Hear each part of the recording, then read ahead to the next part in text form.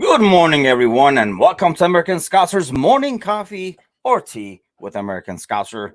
Morning coffee, as always, back to being the greatest dad this morning, starting out Monday on a high over here.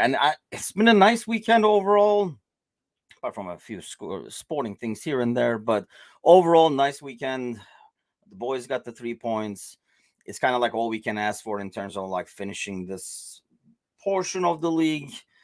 I wish we didn't lose. I mean, I think looking back, I mean, the entire first half, and we'll probably like do a lot more of this during the World Cup as well, but it's feels like the only two games that I feel like, man, we should have won those are the Leeds and what's Nottingham Forest. I think if we had won those with and like the 6 points, if you look at the standings now, it doesn't look horrible now, and it will look not too shabby if that was the case. I think those were the points that were really like dropped just because they were so winnable. They were for against teams that are so vulnerable, and we just did not to make the most of it. Obviously, we lost other points along the way. I even got some points maybe we didn't deserve in some of those games, really. But afterwards, once you saw a couple of glimpses, I really was hoping we could have won a couple more games before we hit this break. But not much you can do with that this weekend. All you can do is beat Southampton and move on, which we did.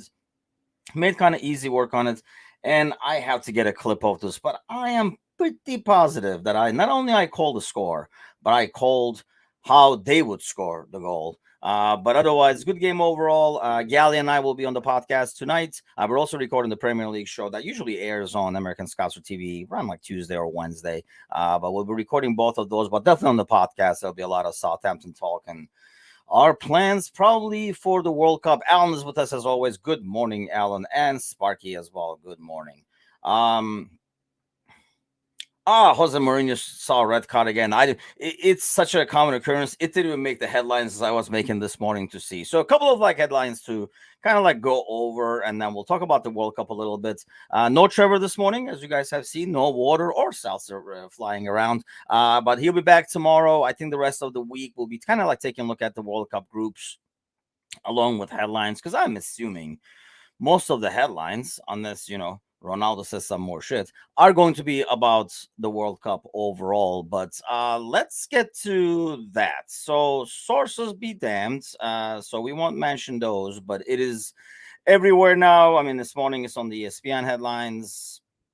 Obviously, it's on the BBC headlines of people's reaction to what he said. But if you guys have heard or have not heard, where the heck have you been? But it has been Ronaldo gives this interview, and there's a lot there, man. I mean, like he's pretty much making sure he's out in January. I mean, that's what I take that as. I know they were talking about it on ESPN yesterday in terms of the timing of everything coming out.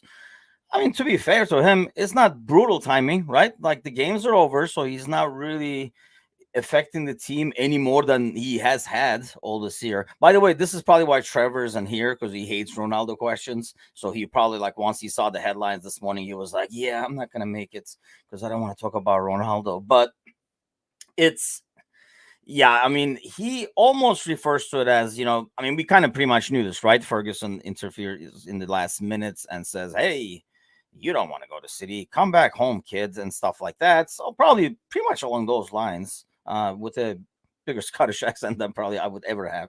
But and he goes there, and it was a mistake then, and it got proven over and over again that it was just like a big mistake overall, and it hasn't panned out good for either side. I think it has also kind of really affected the fan base too, because when you have a player like this who was a legend with your club, when he comes back, even if he's, I mean, for the most part, washed out in some ways, or at least not be able to play the way they're trying to play right now. He's not. I'm, and really has never. I mean, it's not like he was a pressing machine at one point or something like that. Yeah, I used to run more and stuff as a winger back in the day, but ever since, I mean, I would say for the last 5 years or so, it's not like he has declined in terms of his defensive work rate a lot. It's been pretty consistent, I would say. I mean, he's there to finish, to harass, to take people on, and like just does not fit the system. So they probably should have cut their losses short in the summer, but they never did. They kind of tried to make it happen. No, we want him here, blah blah blah. And then obviously it comes to this where he just like, I mean, he pretty much flat out said, "I don't respect him because he doesn't respect me for Ten Hag."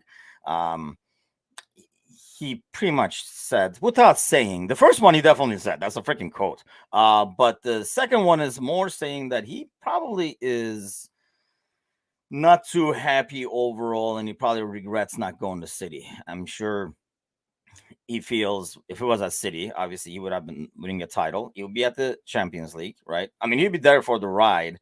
And let's be fair, Pep would find a way to use him.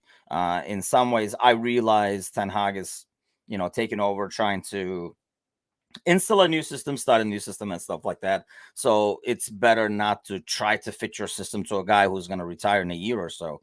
But let's face it, if he did go to City, Pep would find a way to make it work. I wish he would have gone to City because maybe then they wouldn't get Hollands. That's a different story to take a look at. But I think he regrets that. He probably thinks, knowing his ego, that if he was there last year, they would have probably won the Champions League as well. I mean, that's the kind of ego that Ronaldo has. And, I mean, that's what's probably made him. Can't knock the ego if the ego has made you one of the best players of all time.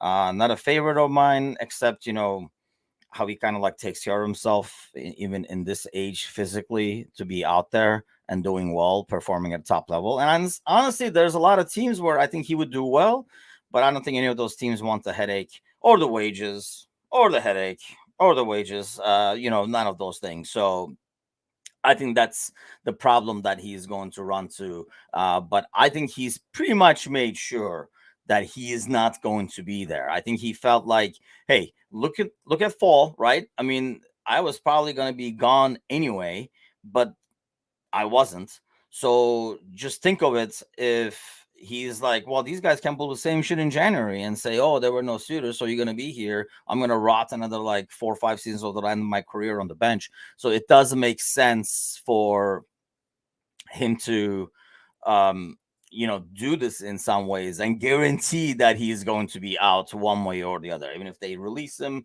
I mean, it almost seems like, like they would get together and be like, well, you want out, we want out. Okay, that's fine. Then let's just like release it, end it on a happy note kind of thing. But it divides an already divided fan base. I wish they didn't get that freaking last second winner yesterday with, freaking Fulham acting like the game was over, even though there were like 2 more minutes. But that's a different story. We're still behind them in the rankings and everything. But hey, you never know how we're going to go. Alan has it will be sent after. How is Lampard still there, by the way? I mean, I was been looking for these things. A part of me is like, do we really want Lampard replaced either? But yeah, I was expecting something. But yeah, after the game, he throws, he uses his jersey. Maybe it's Galley on the sideline with a sign. But then, it's gets thrown back into the stands, and I didn't even. It does look ridiculously funny, I have to admit. But I didn't even know, and I was more. Like I laugh, but at the same time, I was like, I hope like they didn't give the jersey to like a freaking like a kid or something like that, like the Hollywood, or like maybe somebody from Nigeria or something like that, and then it gets thrown back by some other angry fan, like go to hell, take your jersey with you, kind of deal. But yeah, I have to admit it was funny. Look who is here, always in his car. Who we at this at American Scouser believe he lives in his car from his Probably. car. Alex, what's happening, man? Oh, nothing. Yeah, nothing at all. That Awobi stuff that you were just talking about, that was pretty funny. I can't believe I actually didn't hear I didn't actually hear about it until my best friend who's an Everton supporter. He sent it to me before you guys even knew. And I was like, oh, that's rough. That's rough when that's happening. Yeah, I mean And it's I also agree with you. I don't know how Fat Frank is still a manager. I have no idea. They've lost to Bournemouth. Aggregate told us that was 7-1. So yeah, I don't know. I mean, it didn't look good either. I mean, it wasn't like, man, we played great, but and then there's injury problems again. I don't know if they feel like, a lot of the issues that were there are not necessarily his doing. I don't know. It's kind of like odd ordeal in that sense, or they feel like whoever they bring is not going to do a whole lot better with what they have. But Yeah. last year it was more about, well, this is what we got. He's trying to gonna get the Hmm. best out of him and stuff. But he had an off season now, so that kind of has gone out the door. And honestly, it's been a weird season. I mean, we're gonna have a lot of time to kind of like go through the who ended up where and stuff. And I know especially for the Premier League show, we'll probably compare to what we called and what's turning out to be, because while some of the teams we called would struggle, like an Everton, like a Nottingham Forest and stuff like that, Hmm. we also thought Fulham would. I don't think a lot of us thought West Ham would be in the position there, and Leicester City is climbing their way up. So is Villa. Hmm. But yeah, it's an odd season. I mean, you look at the top. Newcastle is up there. I did not think Chelsea would be doing this poorly. I mean, amongst all this talk, Chelsea ended up finishing a point behind us, and we're only really with a game in hand. Then another, like, we're 7 points behind, but we have a game in hand to the top four Hmm. spots. So that's what kills me. I feel like if we had won those two games, that Yeah. was like crucial, like the Leeds. I mean, Leeds and Forest, we'd be up there right now. We would have 28, and obviously would be right in the mix right there with a game in Hmm. hand. And it would be, look, you would be saying, it doesn't look that bad, and we're even freaking close to the City kind of deal. But Yeah. Sparky says Frank still has a job because he's still exceeding Everton's expectations. Yeah, I wonder, like, I know that's like a tongue in cheek, but I wonder if there's some truth to that as well, like where they are like, we didn't expect a whole lot better either, kind of a deal, and keeping him in there and saying this is still like our best shot in terms of being able to get the most out of what we have. It's a more, I don't know who they would get right now. Honestly, I get like, it's too early for Big Sam. Big Sam's not going to work this many games. So I mean, right? Who do you think like would come in right now and say, you know what, let's fix this shit? Well, like I said on, I don't remember what day it was. It might have been like Wednesday or Thursday, but I saw an article that depending on how the result goes this weekend, a lot of people think that Frank would be fired and Sean Dyche would come in. And, it makes sense. They want to play defensively. Sean Dyche would probably be the best. I mean, he stayed off relegation many times at Burnley. He did a lot of great things with, not having a whole lot. I mean, he's got former players that are playing for Everton that used to be at Burnley. I mean, I think that would be a great fit. And if you want somebody to stave off relegation for you, which seems like is what they need to be doing, um, Sean Dyche coming in would probably make the most sense. And I don't understand. I think, yeah, that he was exceeding expectations. That's true. But his bar was so low. And if you look at Everton's stats, I mean, good Lord.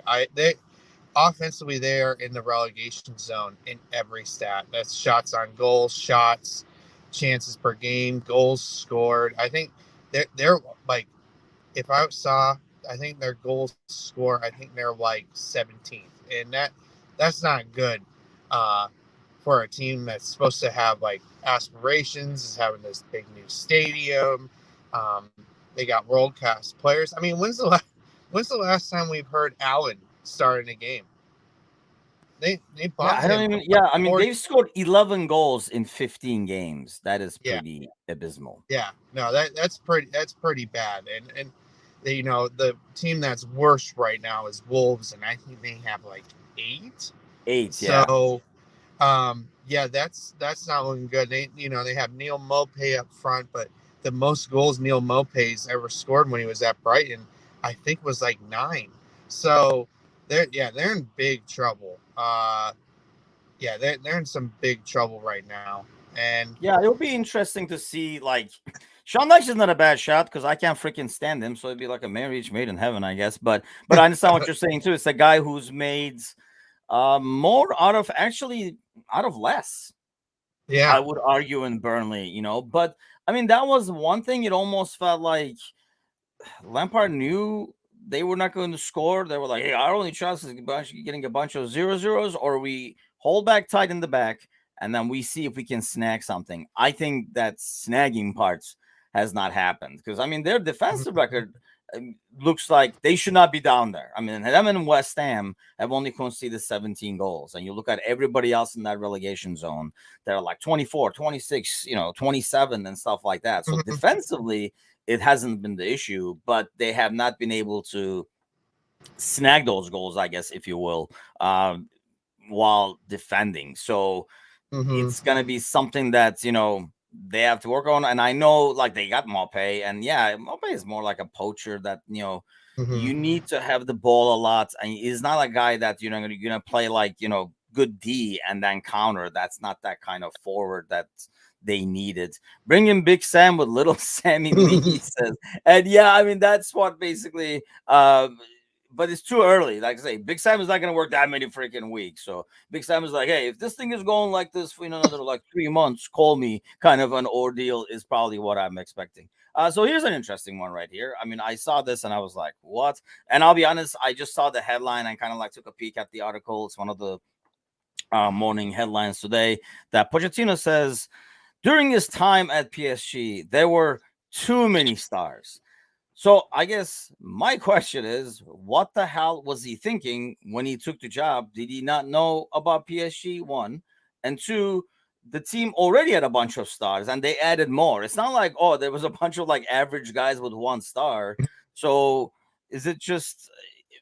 It's just that that's not a team that was suitable for Pochettino, because he thrives more on, again, like what we're talking about, like Dyche and stuff, getting more out of less. Like you need to give him a 6 or 7 out of 10 team in terms of like skill, and then he's gonna make him an 8-9. But you give him an 8-9, and he's not making him a 9-10, because I don't think his strength is dealing with personalities, which he's probably realizing now. Yeah, I think. I mean, he's an adult. He knew what he was getting into.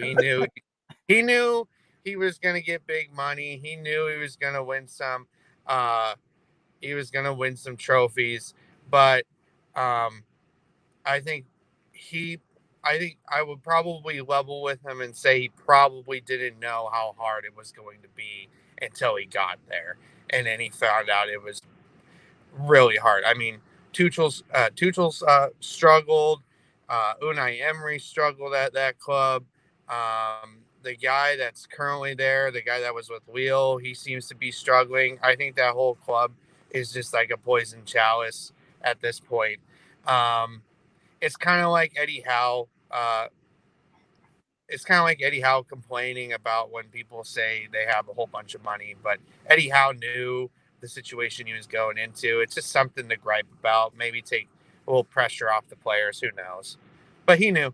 Pochettino knew that there was going to be too many. I mean, when you go into a club that's going to pick up Icardi, you know that stuff is going to be weird in the locker room and outside of the locker room. So, yeah, I think it's a matter of, like you say, maybe it's not about just starting fresh and working with personalities. It's a bit about, maybe there's a lot of pre-existing conditions he was not aware of. He was like, yeah, bring in the patient, I'll take a look. And they were like, oh, here's this file. We have all these fucking problems in the locker room, maybe with some of those personalities. We don't know, because, I mean, honestly, it's a league I don't think anybody follows. I mean, unless you're French. oh yeah. Because it's like a, pretty much a one horse race with a bunch of people trying to keep up.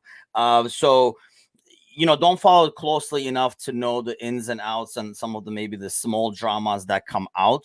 But maybe there were like a lot of issues where he had to solve, not just, work with what he had. And he's saying that without saying it, like some of the problems will be Tuchel's work visa expires in 2 months. Look at Alan working with like I don't know what INS is in England, but look at like visas and stuff like that. Maybe he'll be, as long as maybe he can get a work thing in Qatar and they'll give him room on board to build a stadium or something like that. But speaking of World Cup. We'll get a lot of chance to talk about the game and stuff, like I say, tonight at the podcast.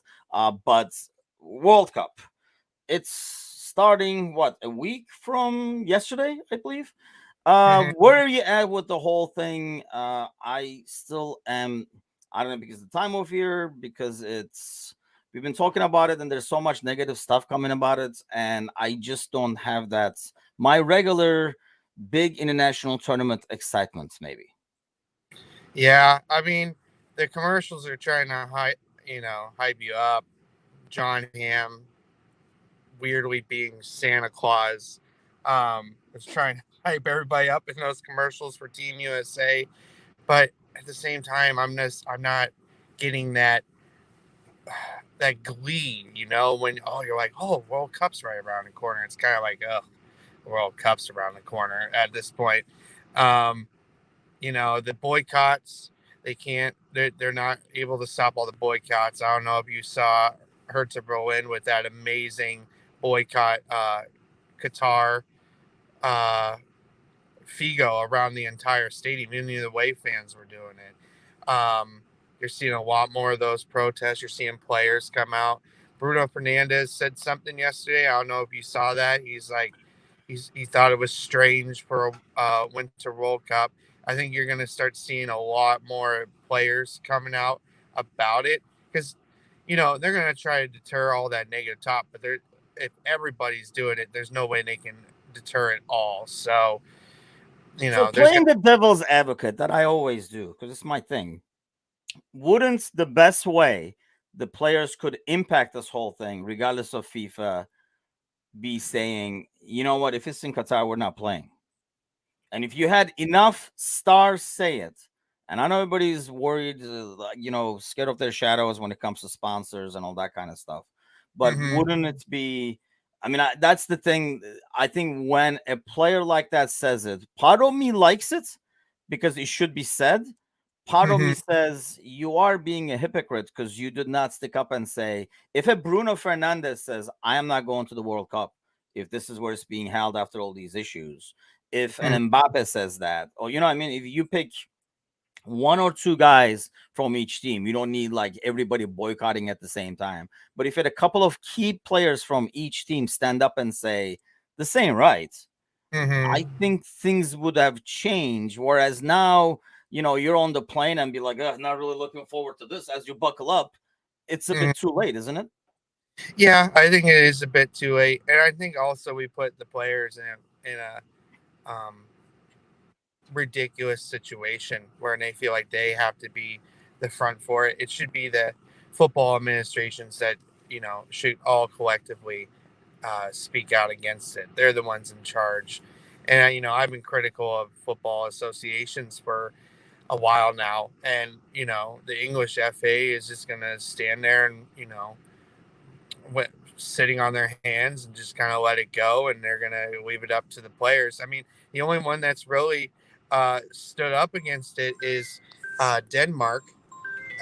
Denmark didn't put a badge. I don't know if you saw it. They didn't have a badge, and they don't have the names on the back of the jerseys, and that was the players and the administration's idea to go with that. They don't have the Denmark flag at the front. It's just a red flag. It's just basically a red jersey, and that's what they're going with. You can take a look at it, and a lot of people are saying a lot about it. I think it's a good protest. It's a silent one. There's nothing they can do about it.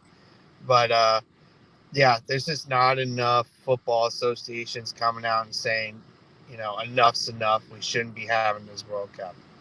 I think they're just afraid, and like Sparky says, FIFA is just too corrupt, and we kind of Mhm. knew that all along. Like that's not news flash, though, right? I mean, this has been going on when Platini was there. I mean, it's been going on forever, so that's not really news. That's more like, oh yeah, it's a matter. I just don't like I say. I'm really torn on it, and I do agree with what you're saying. I think it is a tough spot for the players themselves to be in, but I think you know you're expecting the football federations of each country to basically say something. I don't know, like you're not going to expect, let's see, like Senegal to say something, because they're gonna be like, well, you guys don't want it, then we'll take Egypt, whoever you guys beat in the last round kind of thing. But I think if a couple of high profile people spoke up, that would make their own football federation speak up. Because I think if Senegal says this ain't right, nobody cares as much. But if it is Mm. France, if it is Brazil, like these teams that, in most places in the world, that's what people are watching the World Cup for, like seeing these teams. I mean, the thing I like about the World Cup is the fact that I always like it more than the Euros, just because Mhm. it's also a clash of different styles at the same time. Right. Whereas Euro, it's obviously, yeah, every team plays slightly differently, but there's a huge clash of like styles when you look at it, like a South American team compared to like a European team compared to like a team from like Africa and stuff like that, and that's what makes it interesting to me watching it. But you watch. I mean, I know, like as a kid, like I say, if you're from a country that rarely makes it, like Turkey, so yeah, if they're there, there's that excitement and buildup of we're gonna go kick some ass and you're the underdogs anyway, kind of deal. Hmm. But if there isn't, you're kind of like watching these tournaments for the love of the game and the fact that like you get to see like top players, and especially back in the day where you did not maybe get to see these guys as much. In your like local country, like you just saw Turkish games, or maybe. But now I think like Premier League is being shown everywhere, so I think you see these guys a lot more. So I don't know, maybe that kind of takes it away from a little bit too. On top of the fact of what is set and the drama behind it. Hmm. Yeah, I think so too. There's those issues is where, a lot of people are gonna be like, "Hey, I want to cheer my team on in the World Cup," and I think it's stories are gonna come out about issues with this because not only is it got the attention of soccer fans worldwide, it's people that don't even pay attention. Um, I've had a couple people in my office ask me about it because they knew I pay attention to soccer. And I'm like, yeah, it's not good. None of us like it. Um, but it comes to a time like you go, like what you're saying, money speaks over everything. And unfortunately, money is going to, I think in a way, I remember Trevor saying something about it a couple weeks ago, but I think money's going to, uh, is just going to gloss over all these issues that happen at the World Cup. So, So let me unfortunately, ask you that, because we talked about this with Trevor, and I think I can't remember if it was Sparky, but I know like somebody in the comments even mentioned it too. Do you think once Sunday hits and the game starts, all the conversation? I mean, this is the hope of Qatar, I believe. Apart from paying for snitches, this is kind of like the plan A. That once the game starts, the talk will be about football and what's playing, having on the field, hmm and not all the people who died trying to build that field. Do yep. you think Oh, that's going to happen, or is it going to keep going in the background? nope. I agree with that. I think it's gonna everybody's um, everybody's nationalism is gonna come out while watching it, while watching these games, and everything's gonna be forgotten about. I think that's what's gonna end up happening. I don't think there was. I looking back at it, I don't think there was enough noise about Qatar, which is why I think it's going to be swept under the rug, so to speak, and people are just going to kind of just unfortunately forget about all the people that died making these stadiums. They're just going to be like, at the end, they're going to be like, my team won the World Cup or whatever, or something like that. Yeah, I guess. I don't know. I feel like this is going to go a lot, and because you're gonna have people like Fernandez, that it's going to be as we go further into the tournament. So when somebody gets, as people get eliminated, is when people are going to start talking. Is what I'm Hmm. saying. Like as they're boarding their plane at the airport, going back to their country or whatever they're going to be playing, I think that's when they're going to be like, this whole thing was bullshit anyway. Peace out, and then like fly out that way is what I'm thinking. So in the later rounds, I think while in the initial rounds, yeah, A lot of talk will be about upsets and favorites who are in danger of qualifying for the next round, blah blah blah. And games are so congested, like before you can kind of like get your head out of the water, like 3 more games are going to push you down, so you're constantly going to be talking about games. But I think once you get to elimination rounds, when there are a bit less games and people are kind of like done with the tournament, I think that's when we start hearing it. But it's going to be interesting to see. And like I say, rest of this week, we'll kind of like take a look at group by group and give our takes as we cover whatever headlines. I want to see if other people are going to come out like Bruno Fernandez, who I can't stand. But like I say, I was kind of torn about him speaking up in terms of good, somebody should, and at the same time, it's a tad too late kind of thing. So before we go, give me, just in case we don't see you rest of this week as we do the previews, give me your winner for this World Cup, an early Monday prediction. Give me one country. I think it's going to be Brazil. Brazil, huh? Okay. Well, I just don't want. If it's going to be Brazil, can Neymar get hurt in the first game? And then, so when they win it actually without Neymar, despite not having Neymar, because that would be the only scenario that I would end up rooting for Brazil. There's no other way I can find myself rooting for. The reason why I say Brazil is, you look at their goalkeepers, freaking Allison and Ederson. I mean, probably number 1 and 2 goalies in the world that are just shot stoppers. They can score goals. They can assist goals. They come out sweeper keeper. They look at their defensive line. They got Eder Militao, which he's turned into a fantastic player. And you got Thiago Silva, who's still somehow playing. Might want to test him because I feel like he shouldn't be playing at the level he's playing at and still looking so good. They have so much in there. Casemiro.